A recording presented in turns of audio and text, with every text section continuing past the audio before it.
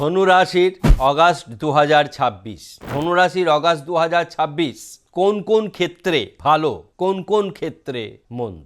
ধনুরাশির ভালোর মধ্যে উল্লেখযোগ্য হচ্ছে অর্থপ্রাপ্তি, দাম্পত্য সুখ, প্রেম, বিবাহ, দাম্পত্য যেটাকে আমরা বলি, সপ্তম ভাব অতি শুভ, আর্থিক উপার্জন, ব্যবসা বৃদ্ধি পাবে, কর্মক্ষেত্রে অত্যন্ত শুভ ফল প্রাপ্তি ঘটবেই ঘটবে।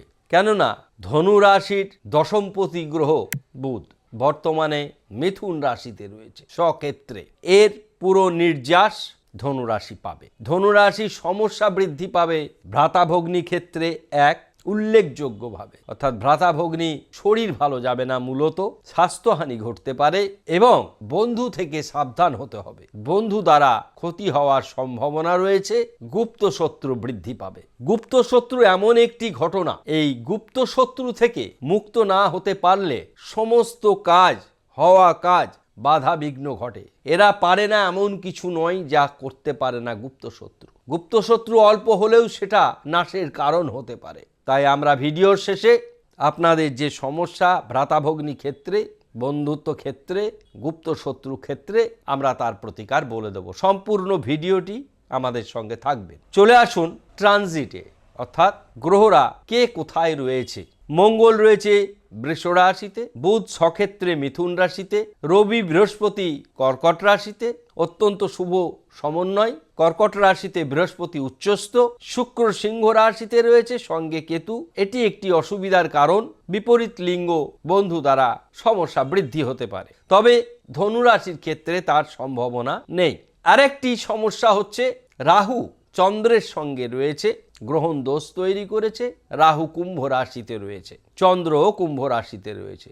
রাহু চন্দ্র গ্রহণ দোষ তৈরি করেছে। চন্দ্র 2.5 দিন থাকে একটি রাশিতে, তাই এই গ্রহণ দোষের ক্ষতিকারক বিষয়টি 2.5 দিন পর্যন্তই থাকবে। যেভাবে এখানে তৃতীয় ভাবে, অর্থাৎ ভ্রাতাভগ্নী ক্ষেত্রে, তাহলে ভ্রাতাভগ্নীর শরীর অসুস্থতার ব্যাপারটি দেখা যাবে 1 আগস্ট থেকে 3রা আগস্টের মধ্যে।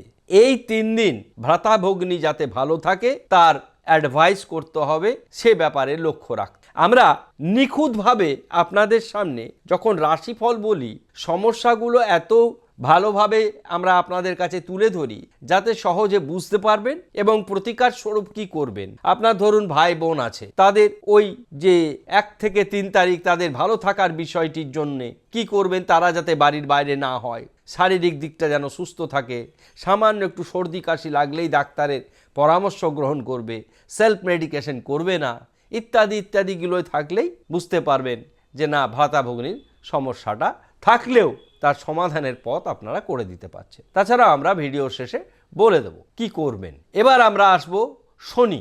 শনি রয়েছে মীন রাশিতে, অর্থাৎ আপনাদের মীন রাশি, বৃহস্পতির 2টি রাশি, একটি ধনু যা নিয়ে আজকে আমরা বলছি, আর একটি মীন রাশি। সেই মীন রাশিতে চতুর্থভাবে শনি রয়েছে। চতুর্থভাবে শনি থাকলে সাধারণত মা বাবার শরীর খারাপ হয়। এখানে বৃহস্পতির ঘরে শনি সেই রকম কুপ্রভাব ফেলবে না। শনি রেবতী নক্ষত্রে রয়েছে, অর্থাৎ বন্ধু নক্ষত্রে রয়েছে। এখানে শনি অনিষ্টকারক গ্রহ বলে বিবেচিত হলো না। সবসময় গ্রহরা কোন নক্ষত্রে রয়েছে, কোন ঘরে রয়েছে, কত ডিগ্রিতে রয়েছে, এই বিচারগুলি কিন্তু অত্যন্ত গুরুত্বপূর্ণ। আমরা সেগুলি আপনাদের সামনে তুলে ধরি না। কেন? সেইভাবে যদি তুলে ধরি একটি ভিডিওর আকৃতি বিশাল হবে, আর এই ল্যাঙ্গুয়েজগুলো আপনাদের বোধগম্য হওয়ার মতন নয়। আপনারা যারা রাশিফল শুনতে চান, কোথায় ভালো কোথায় মন্দ, কি করলে আরও ভালো হবে, কি করলে মন্দ প্রভাবটা কমবে, এই বিষয়গুলি জানতে চান। কাজেই আমাদের কাজ হচ্ছে সারবস্তু থেকে সেই বস্তুগুলো তুলে নিয়ে আপনাদের কাছে উপস্থাপন করা। তাহলে আমরা গোচর শুনলাম। শুভ যোগ অমর অনন্ত ধন যোগ, অখণ্ড সাম্রাজ্য যোগ, রবি বৃহস্পতি। অশুভ যোগ শুক্র কেতু ম্লেচ্ছ যোগ তৈরি করেছে, আর গ্রহণ দোষ তৈরি হয়েছে, যদিও এর লংজিভিটি অত্যন্ত কম, 2.5 দিন। এবার আমরা আসবো অ্যাট এ গ্লান্স কি ভালো আর কি মন্দ। শরীর মন দুটো দিকই ভালো থাকবে। ধন স্থান অতি শুভ, ভ্রাতাভগ্নী শুভাশুভ, মা বাবার শরীর ভালো যাবে, শিক্ষা শুভ, সন্তান শুভাশুভ, ভালো মন্দ মিশ্র ফল, গুপ্ত শত্রু দ্বারা ক্ষতি হওয়ার আছে, বন্ধু বান্ধব দ্বারা অসুবিধা তৈরি হবে, প্রেম বিবাহ দাম্পত্য অতি শুভ, ভয়ঙ্কর কোনো দুরারোগ্য রোগ ব্যাধি দুর্ঘটনা ঘটবে না, আইনি সমস্যা হবে না, ভাগ্য শুভ, কর্ম অতি শুভ, আয় শুভ, ব্যয় সাধারণ, অর্থাৎ সঞ্চয়ের দিকটা মজবুত হবে। কি করবেন? প্রত্যেক দিন বৃহস্পতির বীজ মন্ত্র করবেন। বৃহস্পতি ইষ্টদেবী দেবী তারাকে দর্শন করে বৃহস্পতির বীজ মন্ত্র করবেন। ওং হ্রিং ক্লিং হুং বৃহস্পতয়, ওং হ্রিং ক্লিং হুং বৃহস্পতয়। তারপরে দেবী তারার বীজ মন্ত্র করবেন।